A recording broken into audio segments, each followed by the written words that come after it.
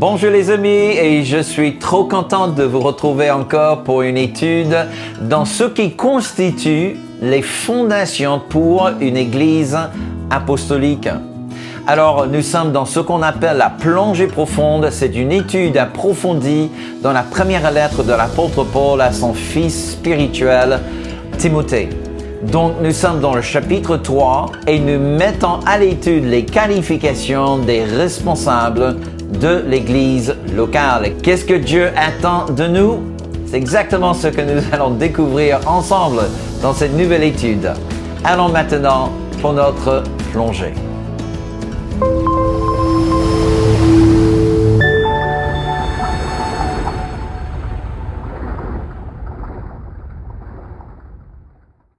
Allons maintenant dans la parole de Dieu. Nous sommes en 1 Timothée chapitre 3 et le verset 2. Il faut donc que l'évêque soit irréprochable, mari d'une seule femme, sobre, modéré, réglé dans sa conduite, hospitalier, propre à l'enseignement. Alors nous avons déjà vu les 6 premières qualités d'un évêque ou un ancien, un dirigeant de l'Église, homme comme une femme. Donc, nous avons déjà mis vraiment bien à l'étude ces 6 premières qualités et nous arrivons à cette dernière phrase dans le verset 2 qui parfois est vraiment mal compris. Mais nous allons voir dans cette session l'importance de l'enseignement et le rôle d'un ancien par rapport à l'enseignement. Est-ce que ça veut dire que c'est juste quelqu'un qui enseigne bien, qui prêche bien, ou quelqu'un qui sait manipuler ou utiliser la parole de Dieu? Prions. Père très saint, nous voulons vraiment te remercier que nous vivons un temps où tu ranges les pierres qui font partie de la fondation apostolique de l'Église, surtout l'Église locale. Seigneur, nous vivons ce temps, un temps où nous pouvons même déclarer que tu restaures la maison. Alléluia, tu restaures. Comme après la captivité babylonienne, tu as restauré la maison d'Israël. Et Seigneur, en quelque sorte, tu es en train dans nos jours, de restaurer ta maison, la maison qui est l'Église du Seigneur Jésus-Christ. Et Seigneur, donne-nous, je prie vraiment un oreille qui entend ce que l'Esprit Saint il a à dire à son Église. Donne-nous un cœur qui est réceptif, qui est croyant, qui est obéissant, souple entre les mains du potier, pour que nous puissions refléter non seulement la gloire de Dieu, non seulement la présence de Dieu, mais que nous reflétions, Seigneur, également le vrai enseignement qui est la fondation de l'Église. Si l'Église doit être porteuse de la vérité, donne-nous un cœur et un intellect bien restauré qui peut comprendre et expliquer la vérité de Dieu. Nous le prions au nom puissant du Seigneur Jésus-Christ. Amen et Amen. Alléluia.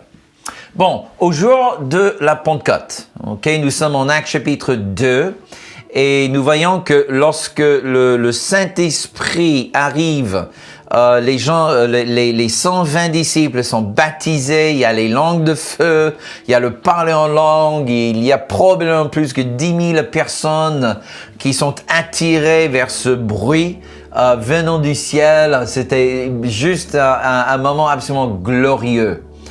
3000 âmes sont converties, baptisées et rajoutées à l'Église. Et les Écritures nous disent tout simplement, et c'est vraiment une clé très importante pour nous, si nous allons comprendre cette phrase propre à l'enseignement. Il faut comprendre sur quoi les premiers disciples étaient engagés. Et nous pouvons le lire en Actes chapitre 2, le verset 42, un texte que vous connaissez déjà. Ils persévéraient dans l'enseignement des apôtres, dans les communions fraternelles, dans la fraction du pain et dans les prières.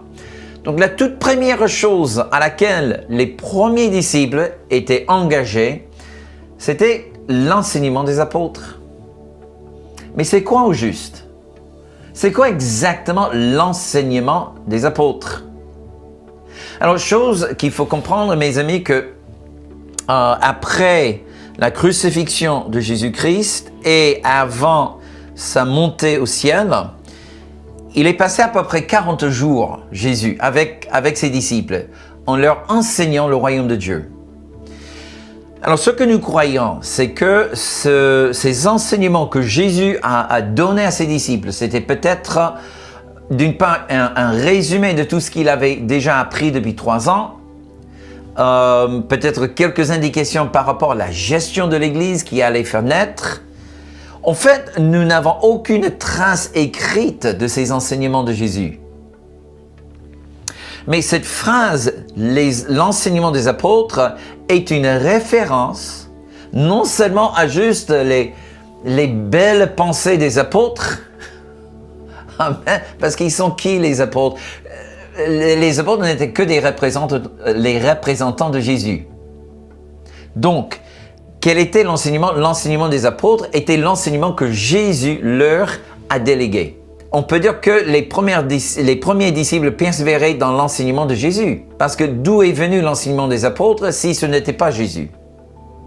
Donc c'est ça ce qu'il faut comprendre. L'enseignement des apôtres, ce dont nous faisons référence dans ce texte, est rien d'autre que l'enseignement de Jésus-Christ qu'il a donné à ses apôtres. Et en donnant aux apôtres cet enseignement, il leur confie la parole. Un petit peu comme Dieu, quand Moïse est monté la montagne de Sinaï, et il a reçu de la main de Dieu les 10 commandements. Dans le même sens, le jour de la Pentecôte, qui est d'ailleurs la célébration de ce moment où Dieu a donné la parole, dans un sens similaire, en Actes chapitre 2, que se passe-t-il? Dieu confie officiellement ce corps d'enseignement que Jésus a légué à ses disciples. Exactement comme ce que Dieu a fait avec Moïse. Okay? Dieu le fait dans le deuxième Pentecôte, il confie la parole, le corps de l'enseignement de Jésus à ses disciples. On parle de la loi de Moïse, donc on parle maintenant aussi de l'enseignement des apôtres. Alors le mot enseignement ici, mes amis, c'est le mot didaché. Donc, il y a cette notion, à travers le Nouveau Testament, à partir de Actes chapitre 2, dans tout le reste du Nouveau Testament, il y a cette notion que ce que les apôtres ont reçu de Jésus était un corps avec un début, avec un fin, avec des paramètres, etc. Un corps d'enseignement qu'on appelait le didaché. Le mot didaché veut dire, dans la plus grande simplicité, enseignement. Mais lorsqu'on fait référence aux enseignements des apôtres, c'est l'enseignement de Jésus, c'est ce corps, c'est ce qu'on appelle le didaché ou le didaché apostolique. Et certainement, cela correspond à cet commandement que Jésus a donné à ses disciples avant de monter au ciel, qui est noté en Matthieu chapitre 28, dans les versets 19 à 20, lorsqu'il leur dit « Allez, faites de toutes les nations des disciples, les baptisant au nom du Père, du Fils et du Saint-Esprit, et enseignez-leur à observer tout ce que je vous ai prescrit. » Donc, 3 verbes dans ce texte, quoique en France, il n'existe que 2 sur 3, d'accord, en termes de verbes. Mais donnez-moi un petit flexibilité ici avec la belle langue française, d'accord? Donc, il y a le premier mot « aller », deuxième mot « baptiser » et troisième verbe « discipler ». Discipler. Et le processus de discipler les nations consistait spécifiquement à leur donner le didaché du Seigneur ou le didaché apostolique. Alors, de quoi consistait-il le didaché? Encore une fois, il n'y a pas un seul texte dans le Nouveau Testament qui dit, voilà, le didaché apostolique consistait à 1, 2, 3, 4. Tu vois, on n'a pas exactement la même liste comme ce que nous avons en Exode par rapport à la loi de Dieu, qui était écrit en 10 commandements. Et Moïse a cassé les premières tablettes, il est remonté au ciel là où il a passé encore une grande période de temps dans la prière et le jeûne, etc., il redescend avec une deuxième copie que lui, il a créée avec sa propre main. Donc Dieu, il a créé la première copie, Moïse la deuxième. Et c'est la deuxième copie qui a resté dans l'Arche de l'Alliance.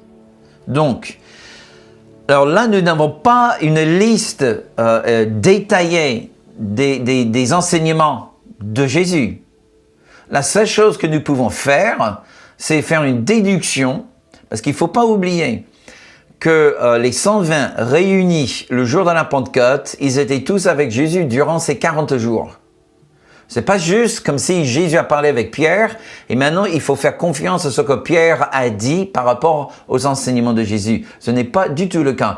Jésus enseignait au moins 120 personnes pendant les 40 jours, tout ce corps qu'on appelle aujourd'hui le didaché apostolique.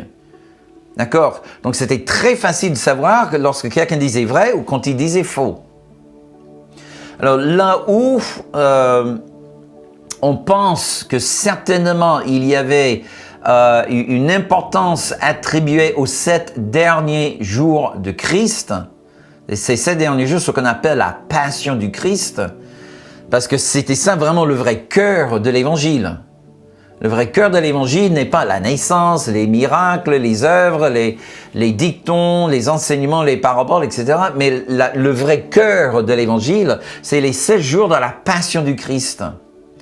Et nous pensons que même avant que Matthieu, Marc, Luc, même Jean, avant que ces 4 hommes ont écrit sur papier ou parchemin leur évangile, leur version de la passion du Christ, qu'il y avait peut-être déjà un manuscrit en circulation qui racontait notamment ces 7 derniers jours.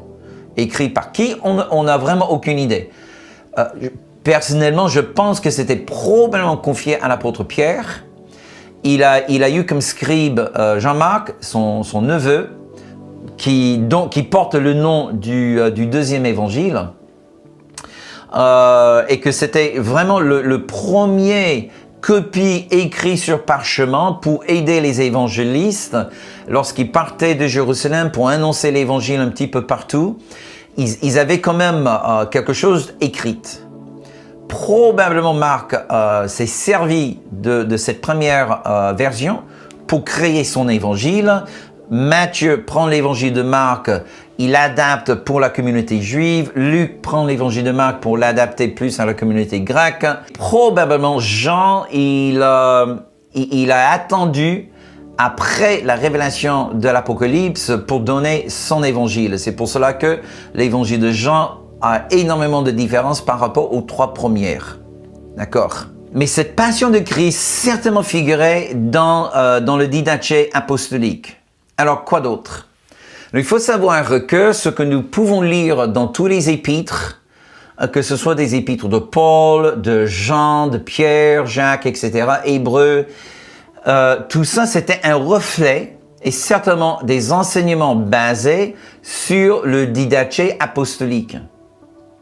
Alors, chose qui est très remarquable, c'est que l'apôtre Pierre, il fait référence aux écrits de Paul. Alors, nous pouvons le lire dans le deuxième épître de Pierre, et dans le chapitre 3, lorsqu'il dit, et là je vais juste citer le verset 16, encore une fois, il fait référence à l'apôtre Paul, et dit, par rapport à ceux qui essaient de comprendre les écrits de Paul. Et verset 16 nous dit ceci. C'est ce qu'il fait dans toutes les lettres où il parle de ces choses dans lesquelles il y a des points difficiles à comprendre. Et c'est vrai que parfois Paul, il a des points difficiles à comprendre, dont les personnes ignorantes et mal affermies tordent le sens comme celui des autres Écritures pour leur propre ruine. Alors c'est très intéressant que là nous avons un apôtre, peut-être l'homme clé parmi les premiers 12, okay, ou le seigneur des premiers 12 apôtres, et que lui, il fait référence aux écrits de Paul étant égal aux autres Écritures. Mais c'était quoi les Écritures? C'était quoi exactement les Écritures? Mes amis, il n'avait pas de Nouveau Testament. Les Écritures, c'est à peu près tout ce que nous avons entre Genèse et Malachie. D'accord? Avec quelques tout petits différences, d'accord? Insignifiantes. Mais en gros, les pharisiens acceptaient comme parole de Dieu tout ce que nous avons dans notre Ancien Testament. Peut-être la seule exception, c'est les livres de l'histoire. Les livres de l'histoire étaient pour les pharisiens un point de référence, mais pas égal aux enseignements qu'ils trouvent dans tout le reste de l'Ancien Testament. Pour nous, c'est égal. Voilà. Donc, mais au temps de Jésus, il y a eu quand même ce petit décalage. Quoi qu'il en soit, ce qui est vraiment important pour nous à tirer de là, c'est que les enseignements de Jésus confiés aux apôtres, ce qu'on appelle le didaché apostolique, maintenant, lorsque Paul commence à embellir et enseigner aux églises à travers ses épîtres, pour l'apôtre Pierre, c'est égal aux Écritures. D'accord? Et c'est de là vient la notion d'une seule Bible, le Nouveau Testament et l'Ancien Testament est basé sur cette référence. Mais certainement, avec la croissance de l'Église et la multiplication des prédicateurs, alors il devait faire ou mettre en place un système pour contrôler ce qui était prêché au nom de Jésus. Et vous vous souvenez, peu de temps après la conversion de l'apôtre Paul, il avait déjà commencé à prêcher dans les synagogues, et Barnabas est venu à sa recherche. Barnabas le trouve, il l'amène à Antioche, et quelques temps après, Barnabas l'amène à Jérusalem pour que Paul puisse rencontrer les autres apôtres. Et Paul, il en parle en Galates chapitre 2. Alors, il y a une référence dans le verset 9, comme quoi, après avoir rencontré les apôtres ont étendu la main de communion fraternelle, la main droite. Alors, cela a beaucoup d'importance, mes amis. Parce que n'oublions pas que nous n'avons à part l'imposition des mains des apôtres sur les 7 hommes en Actes chapitre 6, ce que nous avons mis en étude déjà auparavant, mais avant, cette notion d'ordination n'existait pas. Par contre, ce que nous avons ici, dans cette référence, ils ont étendu la main droite de la communion fraternelle, c'est le mot koinonia ou partenariat. Donc, lorsqu'ils ont étendu la main, en saisissant la main droite de Paul, c'était une reconnaissance officielle de son ministère. C'était en quelque sorte de dire à l'apôtre Paul, nous avons examiné tes enseignements.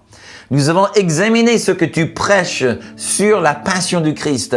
Nous avons examiné ce que tu prêches concernant le didaché apostolique. Nous sommes d'accord avec toi et nous reconnaissons en toi la légitimité d'annoncer et d'enseigner le didaché apostolique. Extraordinaire. C'est ça ce qui s'est passé. Est-ce que cela s'est passé exactement pareil pour tous les autres? J'ignore. Nous n'avons que cet exemple avec Paul. Nous ne pouvons que déduire que c'était quelque chose qui était récurrent, qui faisait partie des traditions de l'Église. Parce que qu'est-ce que nous voyons dans la première lettre de Jésus aux églises en Asie, lorsqu'il écrit notamment à l'église à Éphèse, il dit, ce que vous faites c'est bien, vous mettez à l'épreuve ceux qui se disent apôtres et vous découvrez, ils ne le sont pas. De quoi s'agit-il? Il s'agit-il d'une mise en examen du didaché? Qu'est-ce qu'ils enseignaient? Quelle est la base de leur enseignement? Est-ce qu'ils peuvent défendre leur enseignement? Et si oui, très bien, on donne la main de communion fraternelle, la main du partenariat. Sinon, on retient la main et on ne reconnaît pas le ministère.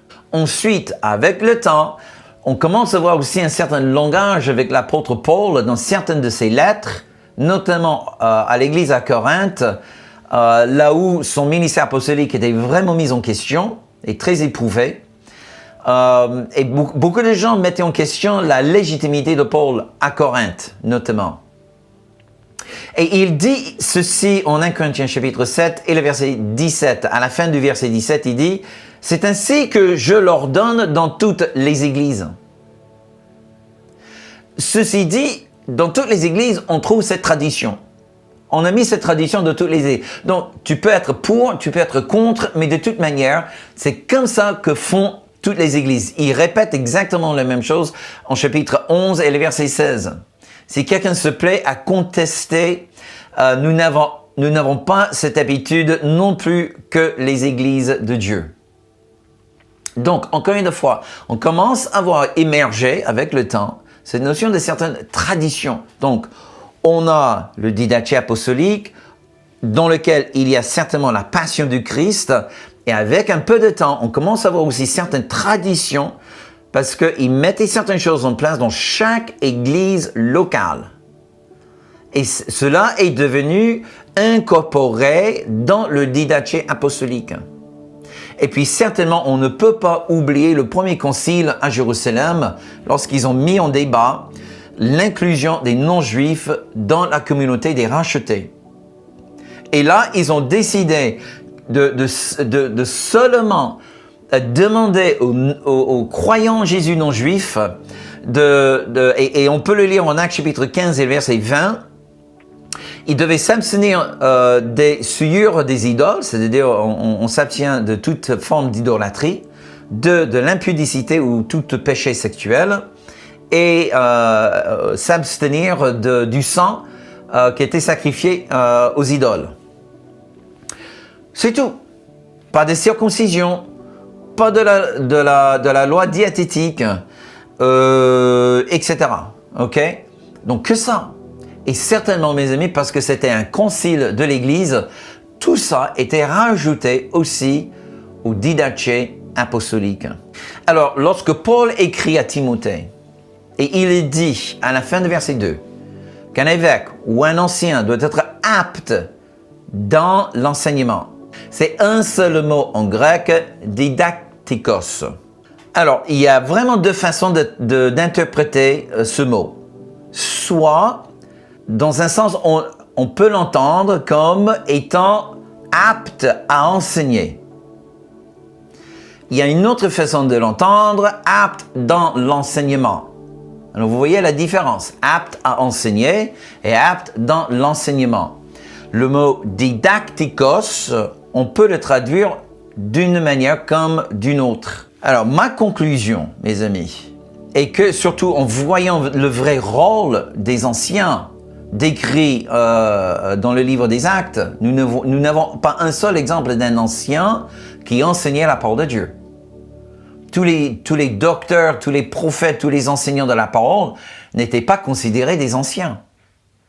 Donc, c'est pour cela que cela m'amène, le texte historique m'amène à la conclusion que c'est plutôt la deuxième interprétation qui est la correcte. C'est-à-dire que un ancien ou un évêque, un dirigeant dans l'Église doit être apte dans l'enseignement. Et pas que simplement la confession de foi. C'est pas juste une question de faire un cours de nouveaux croyants, d'enseigner ce qui est la foi, ce qui est la repentance, ce qui est le baptême d'eau, le baptême du Saint-Esprit, les dons spirituels, etc. C'est beaucoup plus que ça. Défendre la doctrine. Il faut comprendre, mes amis, qu'un ancien, un évêque, un ancien, est rien d'autre que le gardien de la parole de Dieu. Dans l'Église de Jésus-Christ, un ancien, un dirigeant est véritablement le gardien. Mes amis, parfois on dit que le premier rôle d'un ancien, c'est d'être le gardien des brebis, ou c'est d'être le gardien de la présence divine. Non. Le premier rôle, la première responsabilité d'un ancien, mes amis, c'est d'être le gardien du didaché apostolique. Et non seulement pour qu'il soit un modèle du didaché, mais qu'il puisse défendre le didaché, qu'il ait suffisamment de compétences dans les herméneutiques pour savoir ce que Dieu il a dit dans tel et tel passage et ce que cela voulait dire à la personne qui l'a reçu dans les temps, dans le contexte historique, et de pouvoir vraiment expliquer exactement quel est le message de Dieu dans chaque texte de la Bible. C'est ça le rôle d'un ancien. Et mes amis, je ne comprends pas comment nous permettons aujourd'hui à ce qu'un jeune qui a à peine 20-25 ans, il parte comme un autre proclamé, sans jamais faire une formation au moins en herméneutique, et on lui donne le droit de prêcher n'importe comment, d'amener les gens vers un disciple-là. Mais mes amis, qu'est-ce qu'on fait dans l'Église de Jésus-Christ? Ce n'est pas un jeu.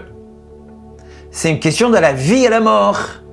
Nous voulons faire avancer le royaume de Dieu, pas le ministère d'un jeune. Je ne suis pas contre les jeunes. Mes amis, j'ai commencé à prêcher l'Évangile quand j'avais à peine 15 ans. J'étais encore au lycée, bien entendu. Et je suis devenu pasteur à l'âge de 21 ans. J'étais pasteur principal d'une église à 21 ans. C'était beaucoup trop tôt. Je n'étais même pas marié. C'était la folie. Absolument la folie. Est-ce que Dieu m'a sauvé de toutes ces erreurs? Oui, et gloire à Dieu, mais je ne peux pas vous dire le temps que j'ai perdu dans ma vie. C'est juste trop catastrophique. Et nous faisons que de génération en génération, on répète exactement les mêmes erreurs. On envoie des jeunes à l'autre bout du monde parce qu'ils sont enthousiasmés, ils sont zélés, ils sont passionnés. On leur donne un peu d'argent, un peu de formation dans la langue d'un peuple indigène et on les envoie là-bas pour annoncer le royaume de Dieu. Mais qu'est-ce qu'ils connaissent véritablement du didaché apostolique? Presque rien. Mais ce n'est aucun. Il n'y a pas de surprise pourquoi l'Église n'arrive pas à impacter et transformer la société parce que nous sommes toujours trop jeunes, nous sommes que des débutants dans la parole de Dieu et il faut que ça change.